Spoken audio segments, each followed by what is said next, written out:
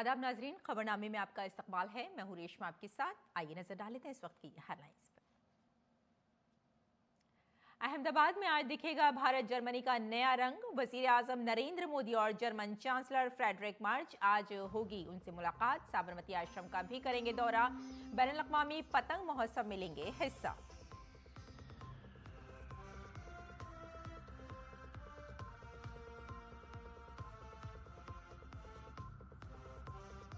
मगरबी बंगाल में असेंबली इंतखाबात से काबिल तशद्दुद का सिलसिला जारी। इंतखाबी कमीशन तक पहुंची CEO की रिपोर्ट। अपोजिशन लीडर पर हमले के बाद अलर्ट मोड में कमीशन।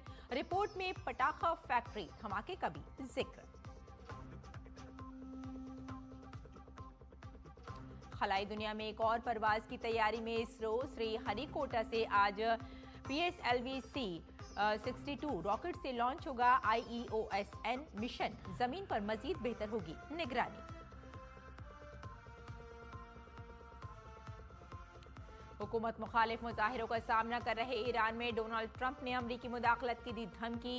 हुकूक इंसानी ग्रुपों की जानिब से 500 से जायद अफराद की मौत का दावा। इसराइल भी हाई अलर्ट पर। स्वामी विवेकानंद के यौम पैदाइश पर मुल्क मना रहा है नौजवानों का कौमी दिन। इंडिया यंग लीडर्स डायलॉग में शामिल होंगे वजीर आजम। नौजवान नुमाइंदों से भी करेंगे बातचीत।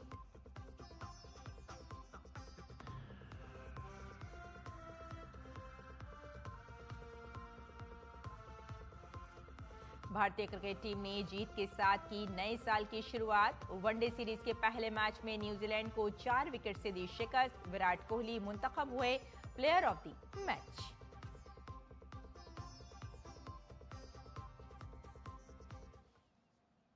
और आइए अब खबरों पर डालते हैं तफसील से नजर।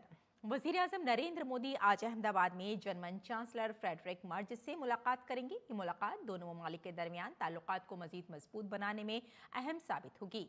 दोनों रहनुमा दरियाए साबरमती के किनारे मुनक्किद होने वाले बैनुल-अक़वामी पतंग मेले में भी शिरकत करेंगे। जर्मन चांसलर का हिंदुस्तान का ये पहला सरकारी दौरा है। जर्मन चांसलर फ्रेडरिक मर्च का पहला सरकारी दौरा हिंदुस्तान और जर्मनी के दरमियान 25 साला स्ट्रेटेजिक शराकतदारी के मुख्तलिफ पहलुओं में पेशरफ्त का जायजा लेने का एक मौका होगा।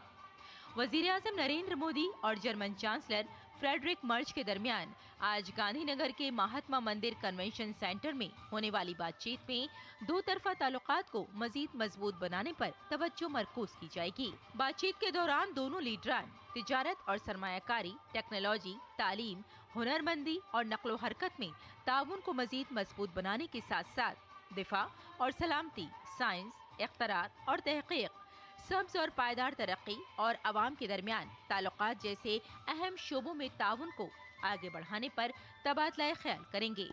We will have bilateral talks between the two leaders, our Prime Minister and German Chancellor in Ahmedabad. During these discussions, all aspects of the bilateral relationship will be discussed. वजीर आजम नरेंद्र मोदी और जर्मन चांसलर फ्रेडरिक मर्च आज साबरमती आश्रम पहुंचेंगे और दरियाए साबरमती के किनारे मुनक्किद होने वाले बैनुल-अक़वामी पतंग मेले में शिरकत करेंगे।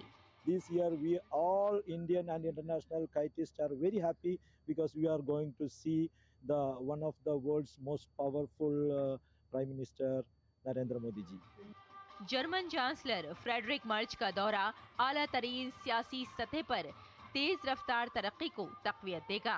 हिंदुस्तान और जर्मनी के दरमियान मुश्तरका नुक्ताए नज़र को तस्लीम करने का ये एक कीमती मौका है। ये दोनों ममालिक के अवाम और वसीतर आलमी बिरादरी के फायदे के लिए मुस्तकबिल के हवाले से शराकतदारी कायम करने का एक मौका भी होगा। जर्मन चांसलर का अपना पहला एशिया दौरा भारत से शुरू करना साफ संकेत देता है कि जर्मनी अपने भारत के साथ रिश्ते को कितनी अहमियत देता है। जब दोनों लीडर्स औपचारिक वार्ता करेंगे, वो इस रिश्ते को और मजबूती देने के लिए, इसको वाइडन करने के लिए और सेक्टर्स में कोऑपरेशन को मजबूत करने की संभावनाएं तलाशेंगे। मेरी सहयोगी मेघना देव और कैमरामैन योगेश तिवारी के साथ अमृतपाल सिंह, DD न्यूज, गांधीनगर। वज़ीर-ए-आज़म नरेंद्र मोदी आज अहमदाबाद में जर्मन चांसलर से मुलाकात करेंगे और आज से भारत के सरकारी दौरे पर रहेंगे जर्मन चांसलर। और ये चांसलर का भारत का पहला सरकारी दौरा है। मुलाकात के दौरान दोनों रहनुमा दो तरफा स्ट्रेटेजिक शराकतदारी में होने वाली पेशरफ्त का जायजा लेंगे। दो तरफा बातचीत में तिजारत और सरमायाकारी, टेक्नोलॉजी, तालीम, महारतों की तरक्की और नकलो हरकत के शोबों में ताउन को मजीद मजबूत बनाने पर तवज्जो दी जाएगी। दोनों ममालिक के दरमियान अवाम से अवाम के ताल्लुकात के कलीदी शोबों समेत दिफा और सलामती, साइंस, अख्तरात और तहकीक और सब्ज और पायदार तरक्की में ताउन को आगे बढ़ाने की भी तवक्को है। वज़ीर-ए-आज़म नरेंद्र मोदी और चांसलर मर्ज इलाकाई और आलमी अहमियत के हामिल मसाइल पर भी तबादला ख्याल करेंगे और दोनों ममालिक के कारोबारी और सनती रहनुमाओं के साथ बातचीत करेंगे। मजीद बरां दोनों रहनुमा साबरमती आश्रम जाएंगे और साबरमती रिवर फ्रंट पर बैनुल-अक़वामी पतंग मेले में शिरकत करेंगे। और वज़ीर-ए-आज़म नरेंद्र मोदी आज कौमी यौम नौजवान के मौके पर Developing India young leaders Dialogue के इख्तितामी इजलास में शिरकत करेंगे। इस मौके पर वज़ीर-ए-आज़म मुल्क भर से तकरीबन 3000 नौजवानों के साथ साथ बैनुल-अक़वामी तारकीन वतन की नुमाइंदगी करने वाले नौजवानों के नुमाइंदों से भी बातचीत करेंगे। मुंतखब शुरका 10 मुख्तलिफ मौज़ूआत पर वज़ीर-ए-आज़म को अपनी हतमी पेशकश पेश करेंगे। तकरीब के दौरान वज़ीर-ए-आज़म Narendra Modi developing India young leaders dialogue 2026 से मुताल्लिक़ मज़ामीन का एक मजमुआ भी जारी करेंगे। इस मजमूए में नौजवान शुरा के जरिए भारत की तरक्की की तरजीहात, मुल्क की तामीर और तरक्की के तवील मुद्दती अहदाफ पर लिखे गए मुंतखब मज़ामीन शामिल होंगे। मुल्क भर से 50 लाख से ज़्यादा नौजवानों ने मुख्तलिफ सतहों पर Developing India young leaders Dialogue में हिस्सा लिया। ये बातचीत भारत के नौजवानों और कौमी क़यादत के दरमियान बातचीत में सहूलत फराहम करने के लिए शुरू की गई थी। मरकजी वज़ीर दाखिला अमित शाह आज नई दिल्ली में institute of chartered accountants of India के ज़ेरे एहतमाम सहकारिता चिंतन शिविर में बतौर मेहमान खुसूसी शिरकत करेंगे। इस तकरीब का इनेकाद कोऑपरेटिव सेक्टर को मजबूत बनाने, मालियाती शफाफियत, बेहतर हुक्मरानी और पेशा वराना महारत पर तबादला ख्याल के लिए किया जा रहा है। कैंप में कोऑपरेटिव से जुड़े माहिरीन, चार्टर्ड अकाउंटेंट्स और मुख्तलिफ इदारों के नुमाइंदे शिरकत करेंगे।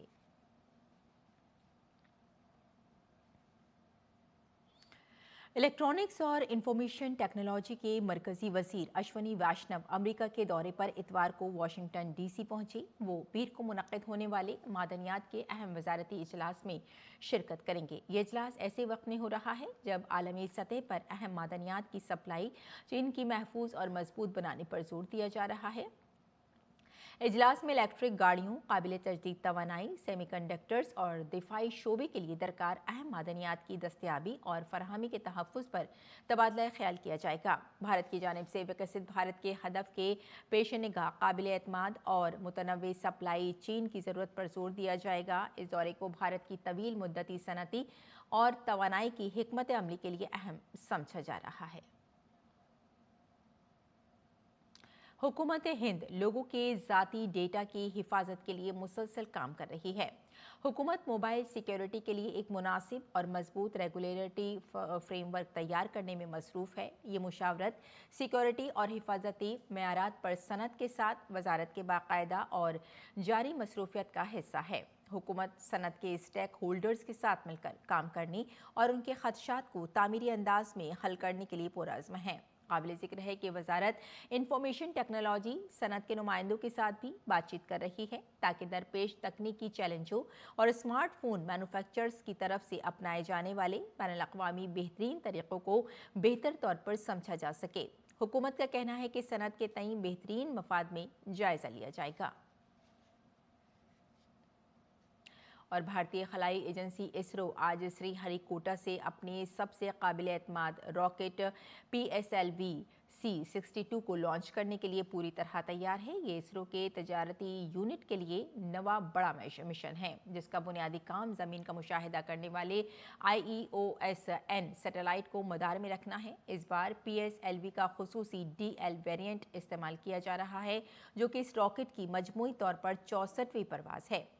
काबिल जिक्र है कि मरकजी सैयारचा के साथ साथ मुख्तलिफ ममालिक के 15 दीगर छोटे सैयारचे भी खलाई सफ़र का आगाज़ करेंगे। इस मिशन में एक हस्मानवी स्टार्टअप के किड कैप्सूल का भी तजुर्बा किया जाएगा, जो खला से ज़मीन पर लौटने वाली टेक्नोलॉजी की जांच करेगा। तमाम प्री लॉन्च तकनीक की जांच पड़ताल मुकम्मल हो चुकी है और अब हमें उल्टी गिनती खत्म होने का इंतज़ार करना है।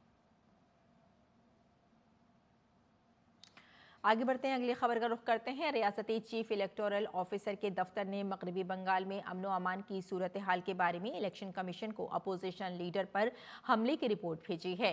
इल्ज़ाम है कि टीएमसी के कारकुनों और हामियों ने हफ्ते की रात प्रोलिया से वापसी के वक्त मगरबी मिदनापुर के चंद्रकोना में अपोजिशन लीडर के काफिले पर हमला किया था। एहतजाज में अपोजिशन लीडर ने हफ्ते की आधी रात को चंद्रकोना पुलिस स्टेशन में 5 घंटे का धरना दिया। इस वाक़े के पेश नज़र मरकजी वजीर और रियासत के साबिक स्पीकर सुकांत मजूमदार ने दावा किया कि रियासत में मरकजी फोर्सेस की तैनाती की फौरी ज़रूरत है। काबिल जिक्र है कि इस माहौल में रियासती चीफ इलेक्टोरल ऑफिसर के दफ्तर की तरफ से रिपोर्ट को पेश करना अहम समझा जाता है, खासतौर पर जब से ईडी ने अदालत से रुजू किया है। खुद वजीर आला ममता बनर्जी पर आइन के खिलाफ वर्जी का इल्ज़ाम लगाया है। सुवेंदु अधिकारी के काफिले पर हमले के वाक़े के अलावा जनूबी 24 परगना के चंपा हाटी में पटाखा फैक्ट्री में धमाके में एक शख्स की मौत का वाक़या भी रियासती चीफ इलेक्टोरल ऑफिसर की रिपोर्ट में दर्ज किया गया है।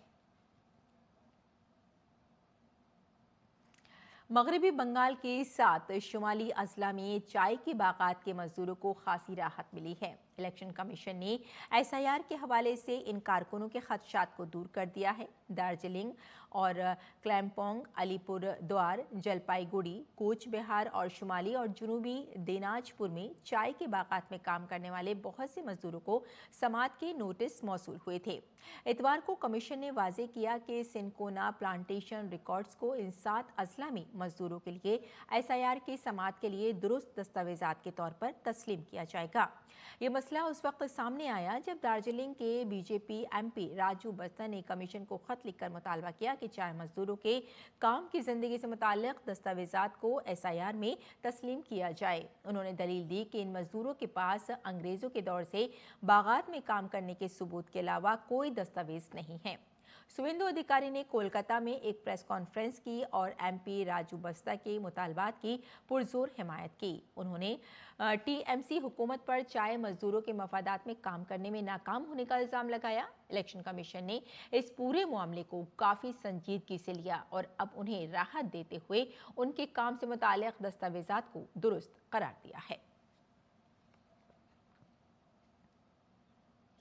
हुकूमत ने स्मार्टफोन मैन्युफैक्चरर्स की जानिब से सोर्स कोड को फर्जी बताने पर मजबूर किए जाने की खबरों को मुस्तरद कर दिया है। एक खबर रसाई एजेंसी की रिपोर्ट में दावा किया गया है कि भारत मोबाइल सिक्योरिटी को मजबूत बनाने के हिस्से के तौर पर कंपनियों को सोर्स कोड शेयर करने पर मजबूर करने की तजवीज़ दे रहा है।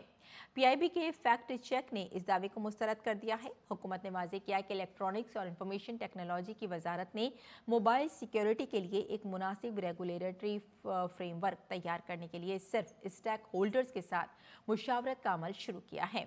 ये सनद के साथ बाकायदा और मामूल के अमल का हिस्सा है। हुकूमत ने कहा कि अभी तक कोई हतमी उसूल तय नहीं किया गया है और तमाम फैसले वसी मुशावरत के बाद ही किए जाएंगे।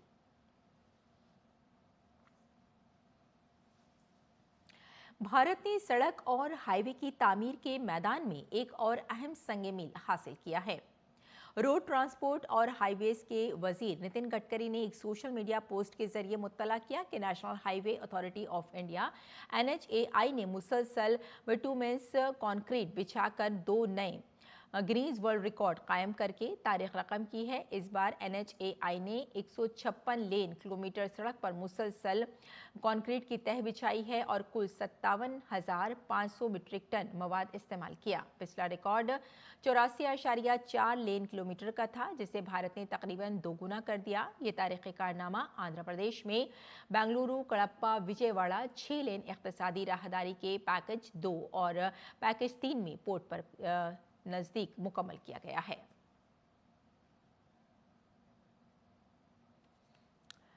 और कौमी राजधानी दिल्ली समेत पूरे शुमाली भारत में शदीद सर्दी है। महकमा मौसमियात के मुताबिक दिल्ली, राजस्थान, पंजाब, हरियाणा, हिमाचल प्रदेश और उत्तराखंड में आज और 13 जनवरी को सर्दी की लहर बरकरार रहने का इम्कान है। दिल्ली में सर्दी की वजह से लोग शेल्टर्स हाउसेस में पनाह ले रहे हैं।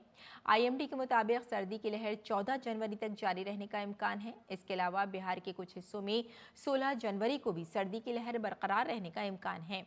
महकमा मौसमियात ने लोगों से सर्दी से बचने के लिए मोहतात रहने की अपील की है। आज अजीम रूहानी रहनुमा, फलसफी और मुफक्किर स्वामी विवेकानंद का यौम पैदाइश है। स्वामी जी के यौम पैदाइश को नौजवानों के कौमी दिन के तौर पर मनाया जाता है। स्वामी विवेकानंद की याद में हर साल 12 जनवरी को नौजवानों को कौमी दिन मनाया जाता है। स्वामी विवेकानंद को याद करते हुए एक शानदार सन्यासी शख्सियत की तस्वीरें बनती हैं, जो एक हिंदू सन्यासी के लिबास में मलबूस है, जो पूरी इंसानियत के लिए हमदर्दी के गहरे एहसास से भरी हुई है।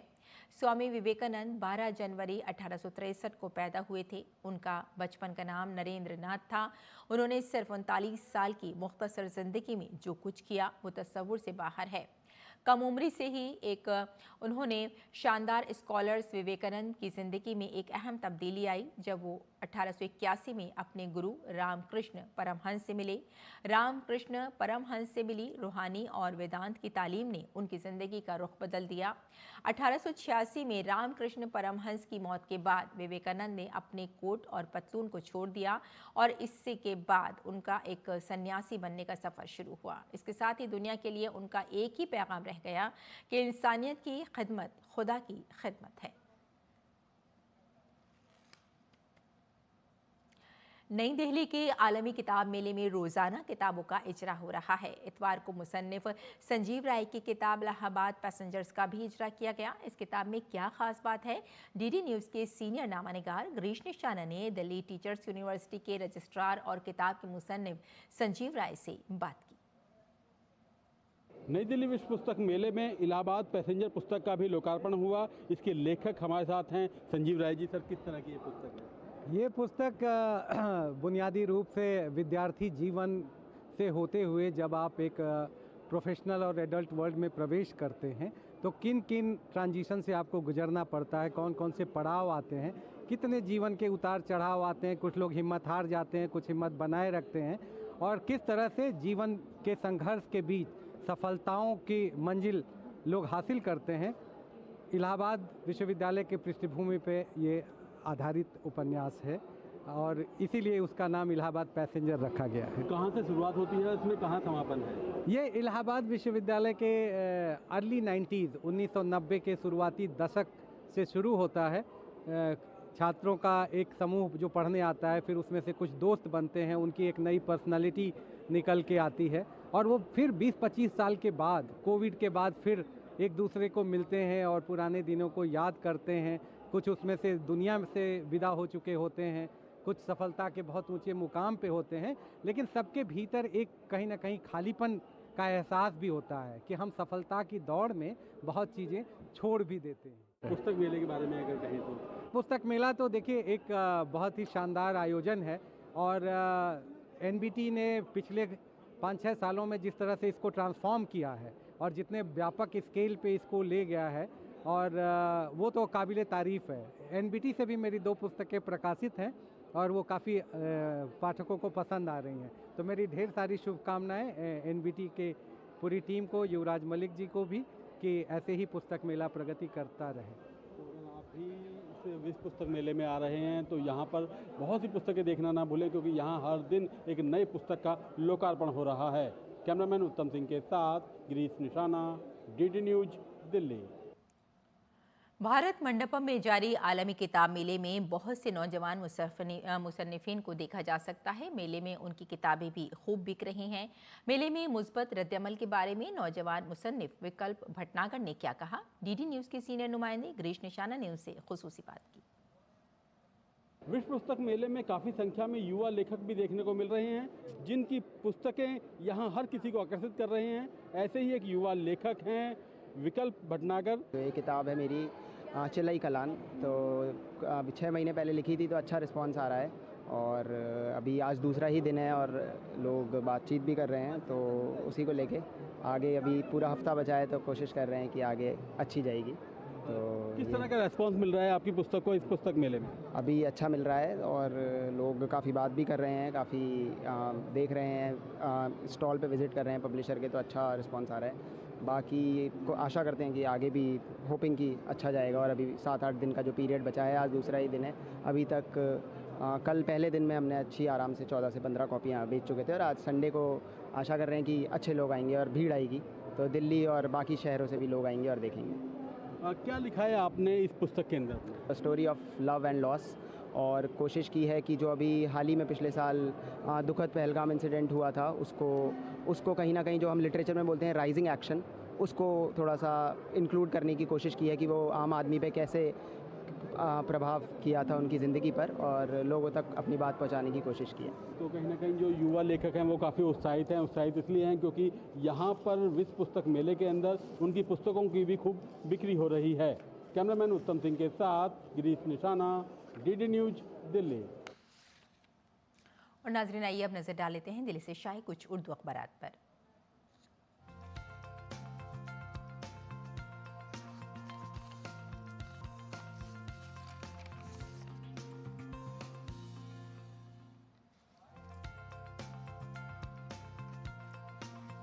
तो नाज़रीन, अखबारात के जायज़े में आइए उन खबरों की बात कर देते हैं जिन्हें ज़्यादातर अखबारात ने अपनी शह सुर्खियों में जगह दी है।